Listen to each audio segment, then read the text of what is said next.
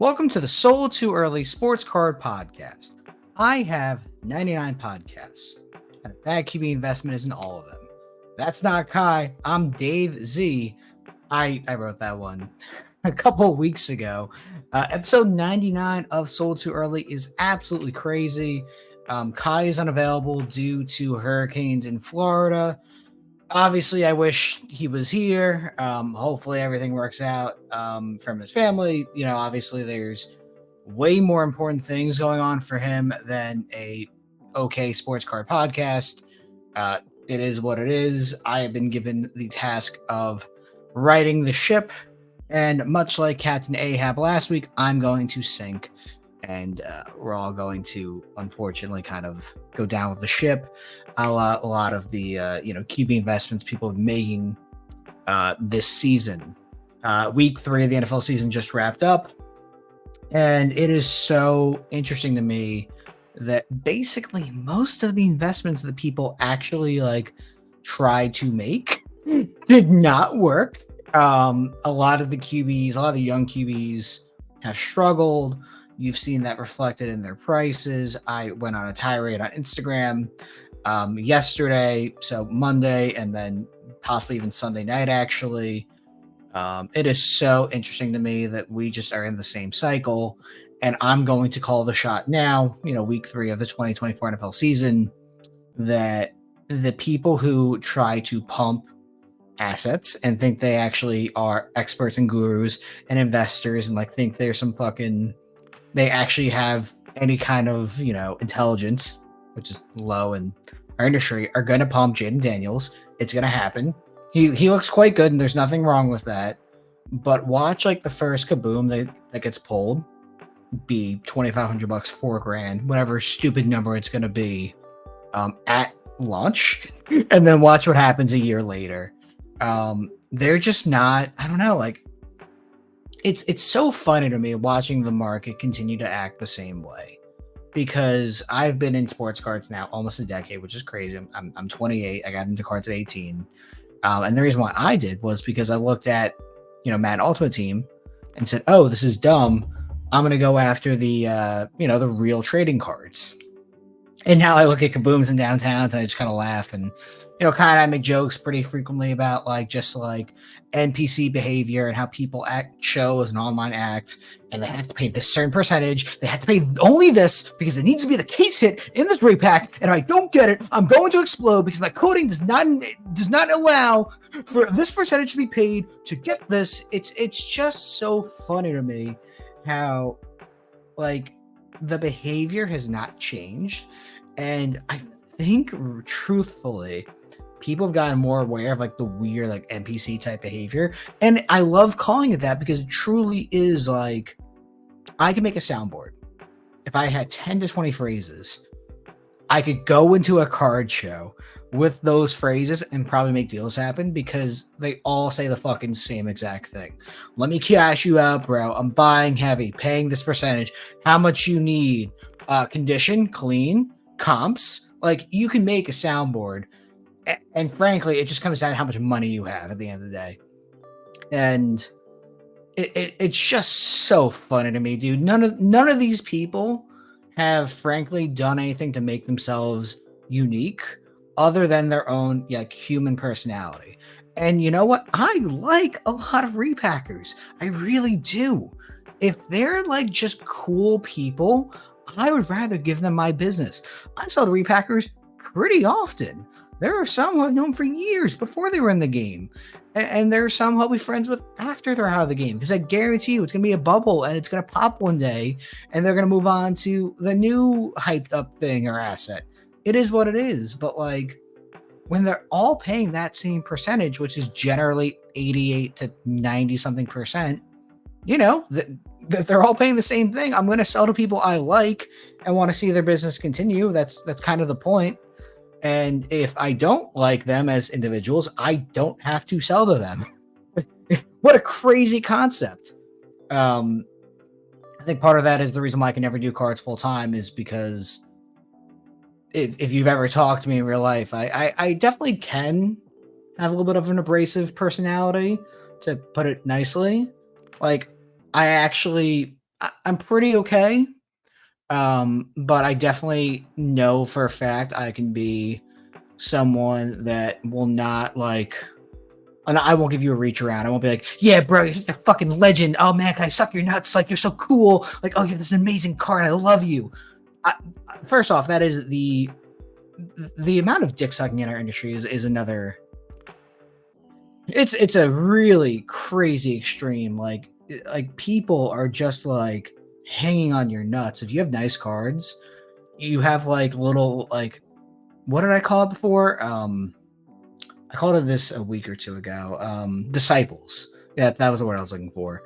Like, if you make like some C minus, B minus tier content, but like you have a camera and like people like think that you're somebody, like, oh yeah, bro, you're so cool. I love your shit.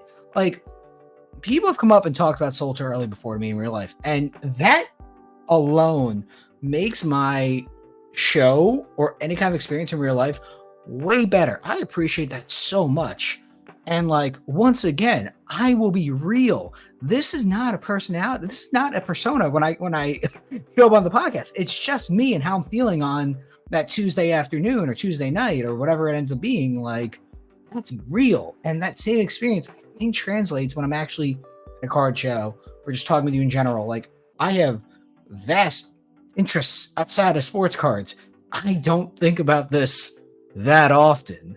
I would always love to sell and buy and flip cards, so on and so forth. But I've kind of taken a step back in terms of like what I post online. Bought a $10,000 lot of soccer, TCG, some basketball, but mostly just soccer was in this lot. And I posted one card from it. And you know what? It's a cool card.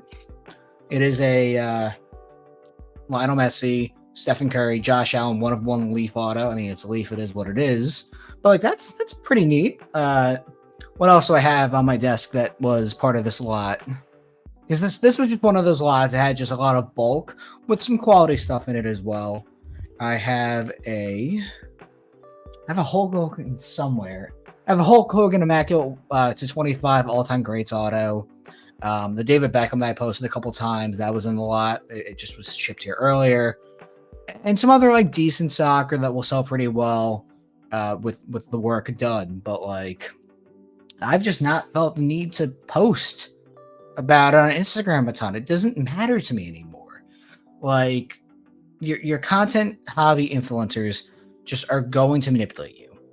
Like you exist as a bank account. You exist as an exit strategy. And I guess I'm the same way too, because like I acknowledge that stuff and I will love to flip cards, and don't get me wrong, but at least I will have the decency to like look you in the eye and like tell you the truth. Like where are we going to go as an industry in 5 to 10 years? You know what? Honestly, most of them don't give a fuck. Most of them have not even been in sports cards long enough to tell you. I mean, I've not been in sports cards for a decade, but at the same time, the last 4 years or so, give or take, since COVID, really have changed everything forever.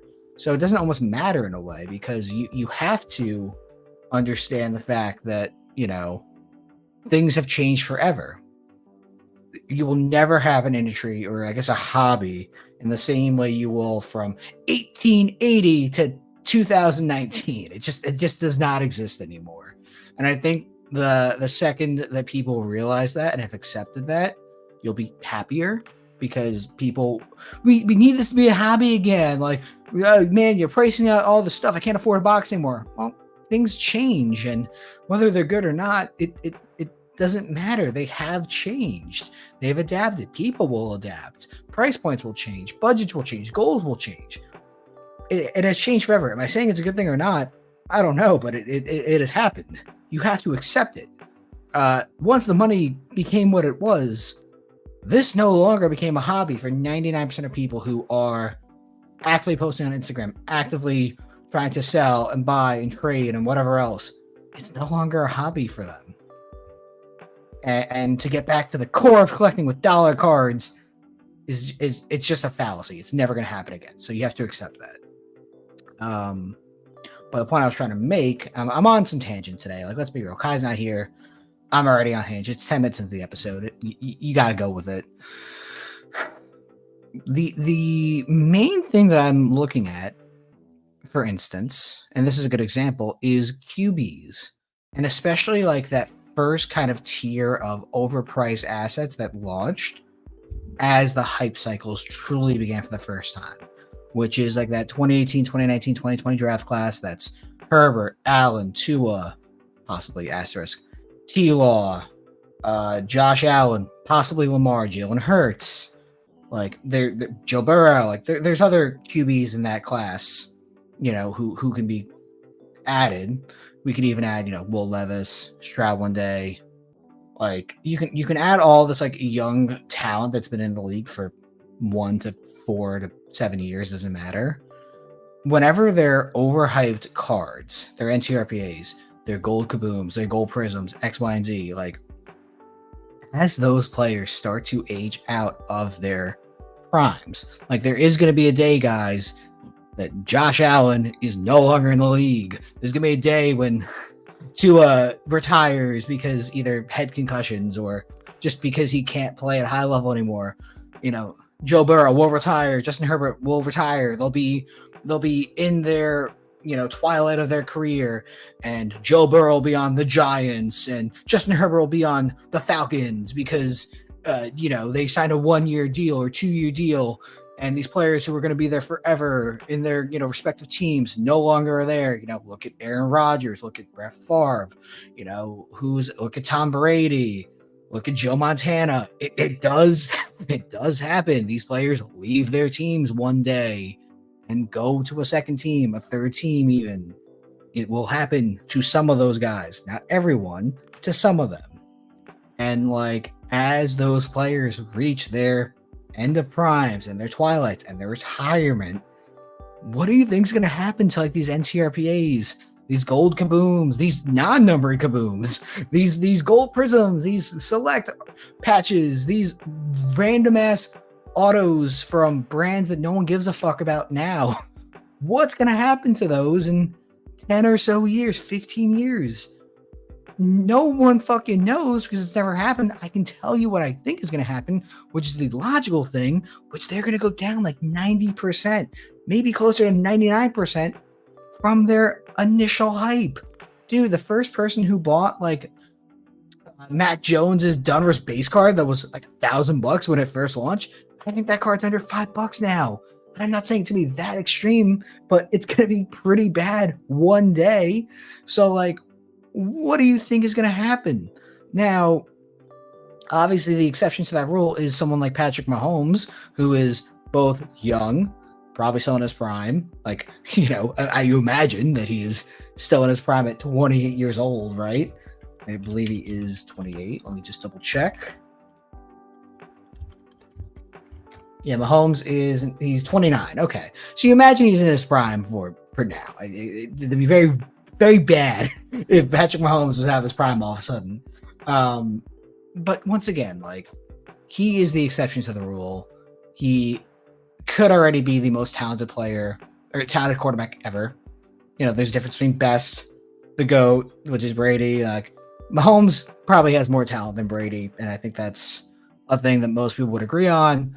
You can have arguments for like Rodgers or someone like that, but for right now, we can say obviously Mahomes has done everything you need at 28, 29 years old now. If he retired, he'd be a Hall of Famer, and no one would doubt that. But when you look at the young talent in the league as well, Josh Allen, Herbert, Burrow, Hurts, those guys, do you think they all make the Hall of Fame? Even if they do, what happens to their cards one day? I posted on Instagram earlier today, and I'll take screenshots of this as well.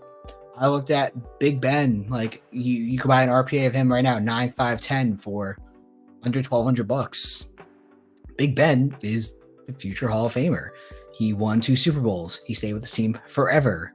Like, he didn't have nearly as many rookie autos or RPAs as Josh Allen, Joe Burrow, Jalen Hurts, Lamar Jackson. Oh, X, Y, and Z. You can fill in the blank there. He sells for $1,200. Eli Manning, you can buy one for under $500. Eli Manning probably makes a Hall of Fame. Eli Manning is, the Giants legend. he was pretty good for 2 Super Bowls, and maybe Eli Manning was not the Hall of Fame talent all the time, but he's probably still going to make it. Like, what do you think is going to happen? There's a world where a Tua, Herbert, Allen, a Burrow, whatever, doesn't win 5 Super Bowls and 3 MVPs, and they just kind of fizzle out, dude. Like the Philip Rivers type, if they're lucky, which Philip Rivers was an exceptional quarterback for a long time, and he was also another player who went to a second team at the end of his career, so you can, just add another one to the list. Philip Rivers doesn't sell for shit. What do you think is going to happen? Oh, Matt Ryan too, I believe, went to 2 teams. I think it was just Colts and Falcons. He might have gone to a third one, but I don't recall. I know he at least went to the Colts. Okay, yeah, he went 1 year in the Colts. So like it's going to happen. It's going to happen. Those young QBs are going to end up on a different team at some point in their career. At least 1 or 2 or 3 or 4 of them. It's going to happen. It just seems to be the trend. What do you think is going to happen to their cards, though? Matt Ryan is a pretty damn good pro. I know Kyle will be happy to hear that when he listens back. Matt Ryan reached the mountaintop. He won MVP. He got to the Super Bowl. They probably should have won the Super Bowl. If they win the Super Bowl, I have a different opinion on Matt Ryan, but Kyle will argue he's a future Hall of Famer. I won't. He wins that Super Bowl, I argue he's a future Hall of Famer. That is the player you want. What do you think his cards sell for? I've not even checked. We're going to do this live. We're going to go to Card Ladder, and we're going to check what his RPAs go for. I guarantee you it's fucking less than Joe Burrow or Josh Allen or Jalen Hurts, right? Like, and that's the best case scenario. Matt Stafford, who probably makes the Hall of Fame because he, won a Super Bowl, his RPA 9.510 is under $2,000. So, like, what do I really truly think this is going for right now? I can smell Matt Ryan, I can tell you.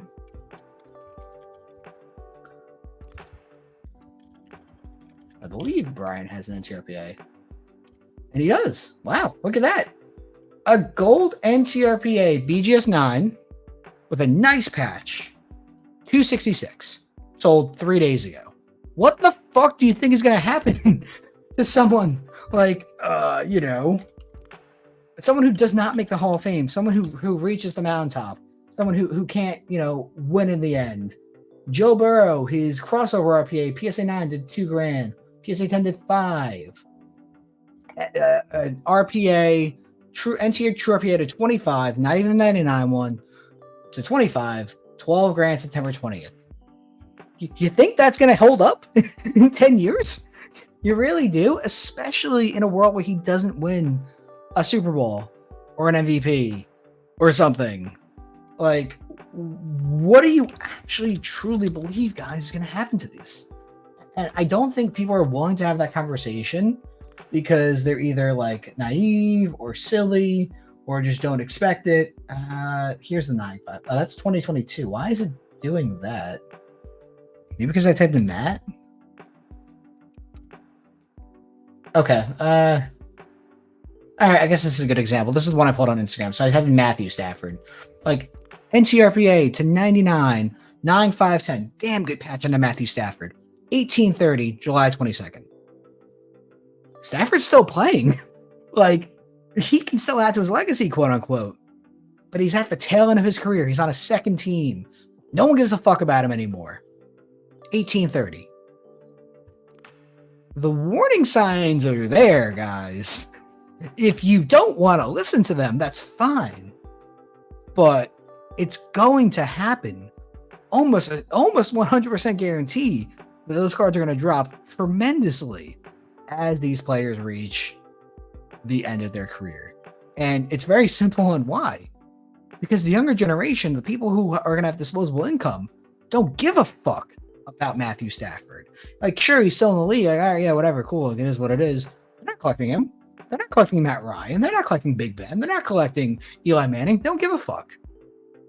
It's going to happen to Joe Burrow, Josh Allen, Jalen Hurts, probably Lamar Jackson. I think Lamar Jackson's already, on a Hall of Fame path because of 2 MVPs, but I like Lamar a lot. That's my personal opinion there. Tua Cardi be out of the league. You saw his prices drop 50% when he got concussed again, basically.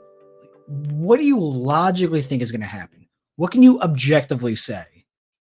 Like, I know that people, like, the people who have the most money in cards have the fucking worst actual opinions because they're so influenced by the money, because they have the money and they need to make sure that you keep buying the thing, because they need to control what they own, which is a hobby shop, a breaking company, a repack. They need you to believe that this asset can keep going up. So, like, what do you think is going to happen?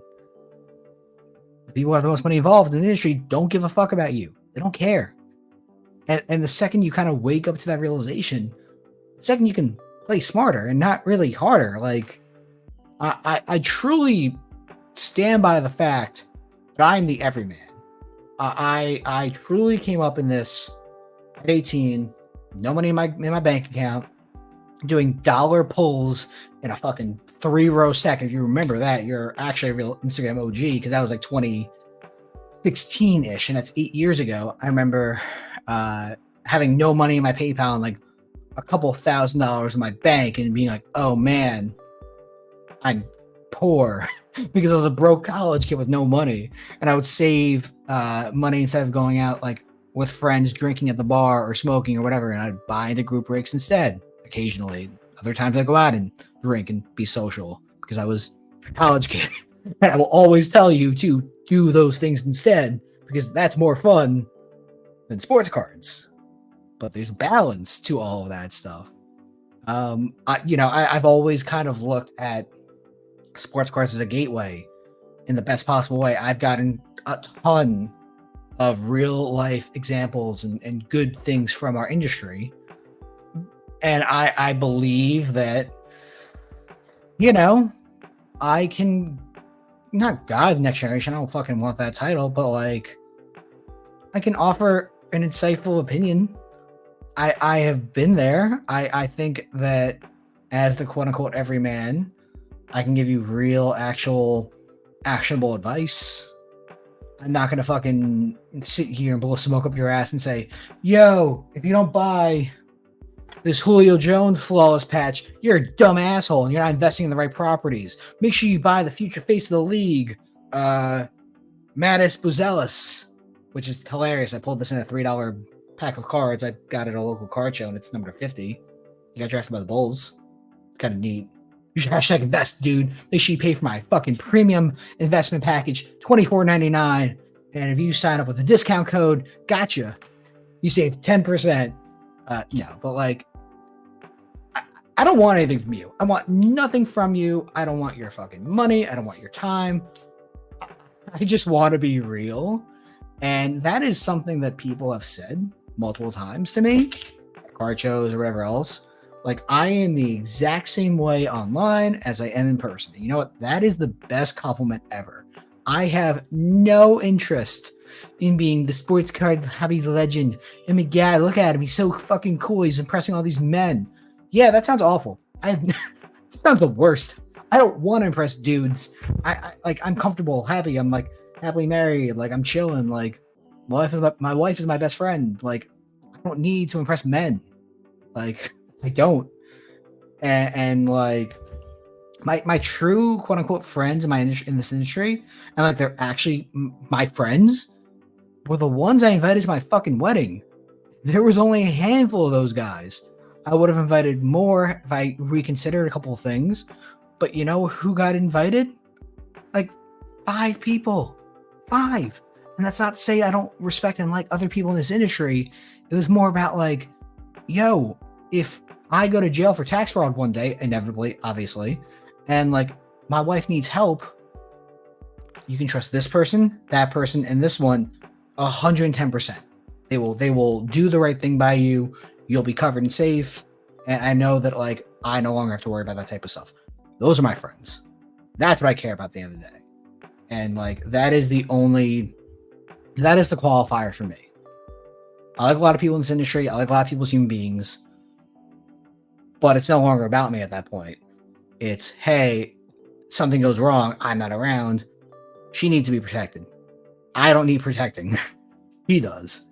That's it. That's the only thing I fucking care about now. So I don't know. I think that there's a lot of learnings that I think the industry needs to take account of. And you're watching QB investments fall daily at this point. People who are just not doing well financially, doing worse as a result because of Bryce Young or, not Stafford, Bryce Young or Anthony Richardson's not playing super well, or most of the quarterbacks in the league are not doing super well. And that hurts when, a lot of people spend a lot of money buying up these assets. I'm going to tell you what happens now. I'm going to give you the secret sauce, is I'm going to start buying football again in October and November. So around the corner, generally. Any money that I can afford not to, use for a couple months, which might be a little bit harder because I'm buying a house. That's a little more important to me. I can't build a cardboard house with cardboard. So, might be a little bit different this year for me. I'm going to buy QB assets I think can hold a good value that the stupid assholes are going to pump to you. And then I'm going to sell in the spring or summer before the National because I want to make sure that I get out early. I might leave a little meat on the bone, but what if I double my money or triple my money if I do it intelligently? It's pretty good. pretty good time. I don't need to be at the very, very top. I could be top 85, 95% and call that a win. And then guess what? People get stuck with their stupid assets. They try to hold a little more aggressively. And then if you're running on the field week 1 and you own that player's cards, you're fucked. You just are. It is something I've said now for 2 years. We have now years of content around that idea. The best time to sell is 1 step early, not 2 steps too late. If you were hoping that CJ Stroud would come out and throw for 5 touchdowns in week 1 and he didn't, you probably lost some money if you bought the National. What do you think is going to happen if you really thought this was the year for Joe Burrow? They're 0-3. People have already moved on. You have the worst memory span in this industry, and people don't give a fuck. All about that last comp. It takes one bad comp to really screw you over. If you're in the flipping game, for instance, or one bad comp to really upset the market, and then another one goes a little bit lower or a little bit higher once that goes down, and then the trend can go up and down. It takes a couple back comps, and then you're ruined. But the play on the field matters, and if they're not playing super well, then those comps are going to keep going lower and lower and lower, or they get hurt. Dude, in Dallas, when Jordan Love got hurt, people freaked the fuck out.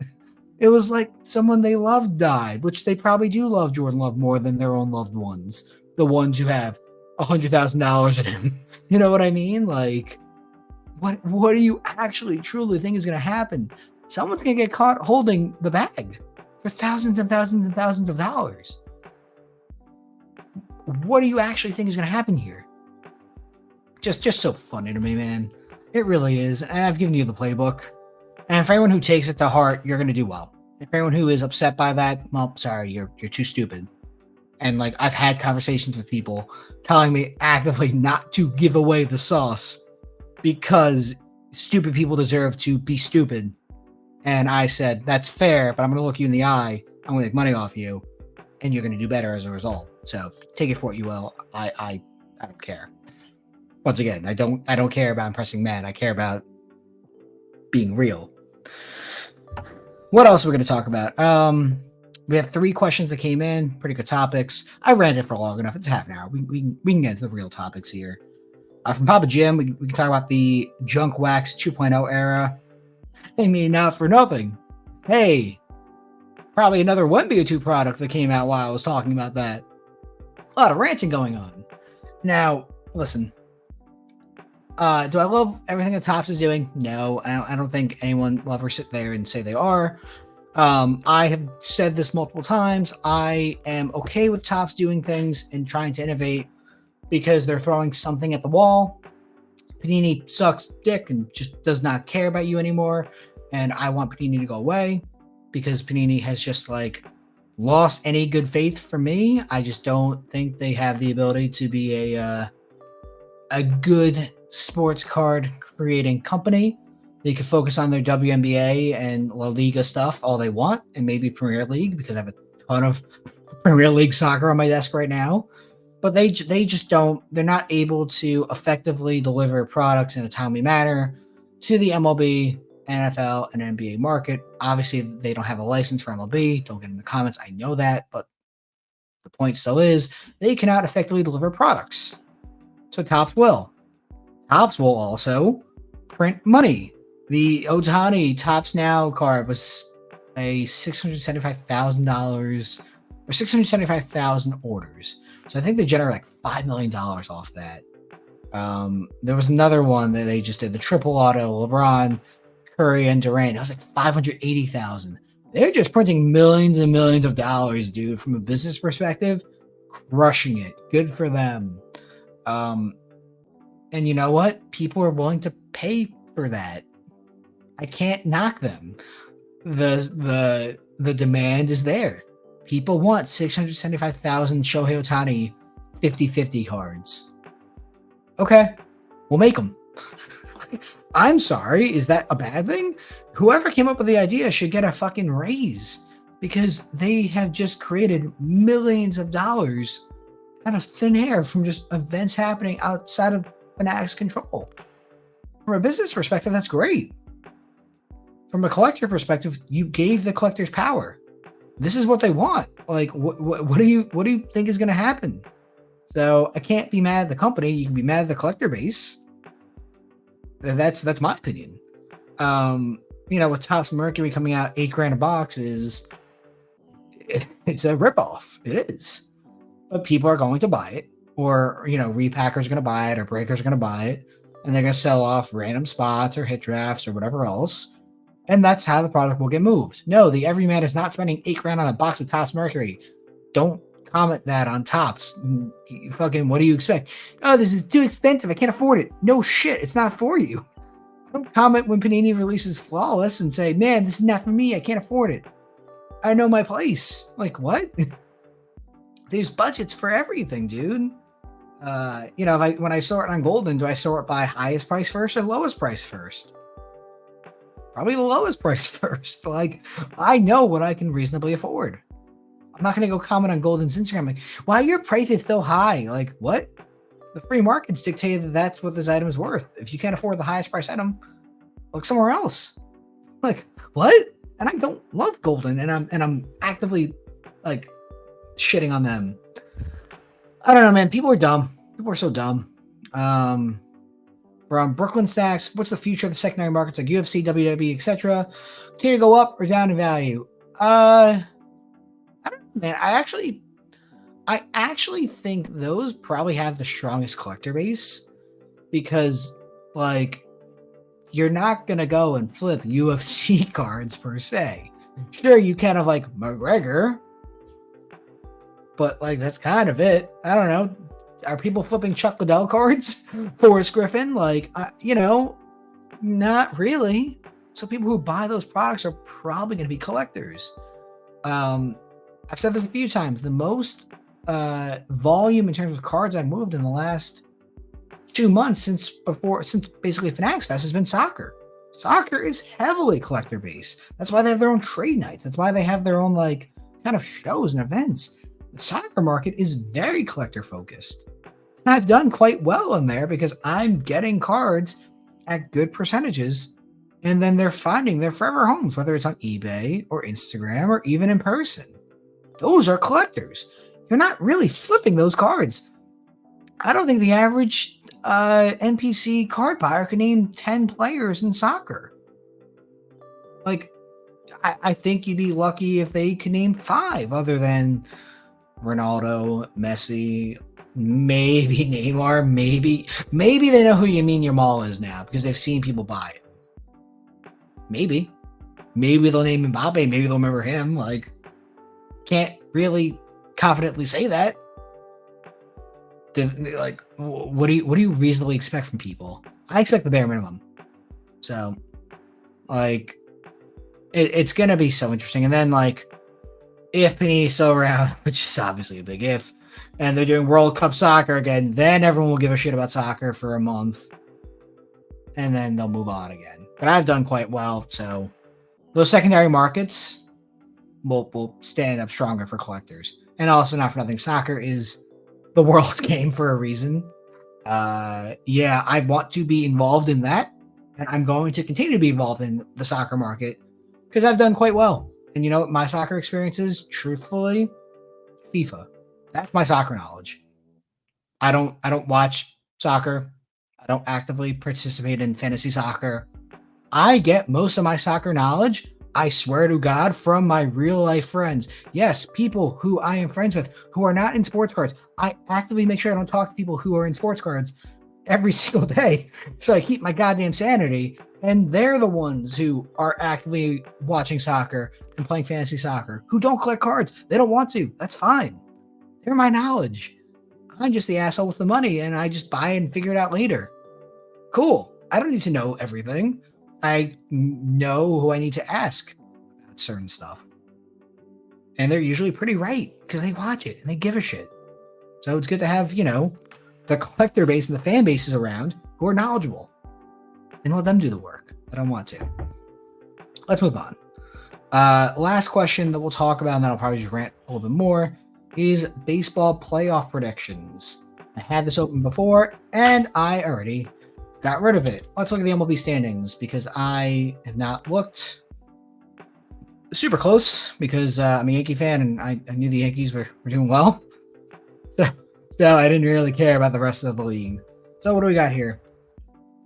We'll make this a little bit easier for everyone to see. Yankees obviously in the lead in the AL East. I thought Baltimore would honestly win the division. So it's kind of neat to see the Yankees probably end up taking it. I mean, last second skid, quote unquote, kind of made that happen. AL Central with the Guardians is pretty crazy. Tigers being in it at the end, as well as the Royals, is awesome for baseball. Astros, I know, started off pretty slow and then kind of righted the ship. Mariners making a late season push. Rangers obviously will not repeat. In the NL, the Mets are 87-69. Did not know that. I thought they would be behind the Braves, so that's kind of neat. Brewers in the NL Central is pretty cool. I don't remember if I said that they'd be the ones to win the division when we did the predictions. I definitely know it was not the Pirates, Reds, or Cardinals. I might have said the Cubs. I admittedly do not remember. Dodgers winning the NL West is not shocking. Padres and 90 wins is nice. Diamondbacks, Giants, and then the Rockies. So what I think is going to happen, I'm going to stick by my original prediction, which is kind of boring. It's going to be either Yankees, Dodgers, or Orioles, Dodgers in the World Series, with I truly believe the Dodgers winning it. Once again, I am a Yankee fan. I just think the Dodgers are really freaking good. I know their pitching rotation is, how you say, absolutely goddamn ruined. I don't even know how many starters they have left from opening day. I think it's like one, maybe. Let's look at their depth charts super quick. So Jack Flaherty they traded for. Yamamoto, I believe he just came back from injury. Walker, I don't think he actually was starting this year. I think he came off either Tommy John or something. And then Landon Knack, I've truly never heard of my entire life. Kershaw obviously hurt. Gavin Stone, Glasnow, Gonsolin, and River Ryan hurt. When did Walker come back? I need to check this super quick because I did not know that you were healthy. 15 games. Okay, so I don't think he started the year. And he's also been quite bad. 5.63 ERA. Yeah. That's pretty tough. Yamamoto, I mean, I know Yamamoto had, I think, like an elbow injury, if I recall correctly. I'd say pretty up to date on, obviously, the Japanese players because of all the MPB I owned. And what? 17 games, 3 ERA. So the Dodgers obviously are a big question mark based on pitching. I think Jack Flaherty's literally been like a godsend for them. But like, what? Their postseason rotation is Flaherty, Yamamoto, and then like you pray that Walker can right the ship, or you. I don't even know what you do as a Dodgers fan. You guess. You throw Ohtani out there for an inning. I'm kidding. You can't throw Ohtani out there. Although he has been he's been throwing. You never know. If it's not the Dodgers in the NL or coming out of the NL, I want to say Padres, but like it's kind of a homer pick because obviously I have a Padres jersey above me. I'm a Yankees fan through and through, but if I ever left New Jersey, New York area, I would probably become a Padres fan because I'd move to California because that's where I want to be personally. But different conversation. It's tough to say. It's really tough to say. Phillies could be out of the NL as well.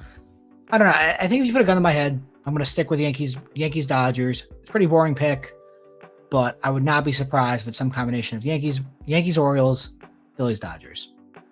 I think that's a pretty boring, conservative guess. I don't expect any wild shenanigans, but you know what the best thing is about October baseball is it's going to happen, and I'm going to be completely wrong, and that's awesome. That's the best thing about postseason baseball. But yeah, that's about all I have. I ranted a lot today, so I don't know.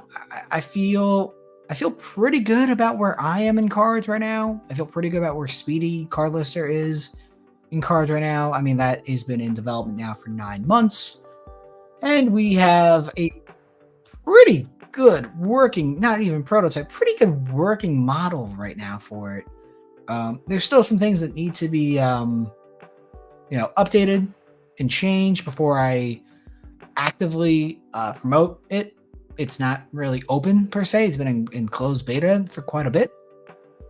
But hey, we're adding features and other things, and hopefully, I originally said March of 2024. It was going to launch. It is now end of September, and it is not launched. I have way underestimated how long it takes to develop something. But you got one chance of that, and I think the very much needed time that I've given Speedy Card Lister will work out in the end, and I'm excited to probably dedicate an episode to that, or special episode to that, or whatever I end up doing. I have a lot of plans for my AI listing tool, and you know what? I'm gonna make sure it's the cheapest service out there. It's built for collectors by collectors, and people can thoroughly enjoy it and use it. And any feedback or improvements that you want to suggest when it is a thing, and I'll probably end up using, because I'm making it for us as an industry. And I expect to make no fucking money from it. Any money that I end up making from people who are joining it will probably go into paid advertising for it. I expect to take no money from it for quite a while. And the most expensive plan is 1 cent per scan. What the fuck is your time worth? 1 cent? Cool. This is the tool. And that's the elevator pitch of it. And I'm so excited to talk more about it when it's ready. But I'm also excited to end the episode there. Next week, hopefully we have Kai back. Episode 100 next week is fucking wild. Jesus Christ, I can't believe we're there. Wow.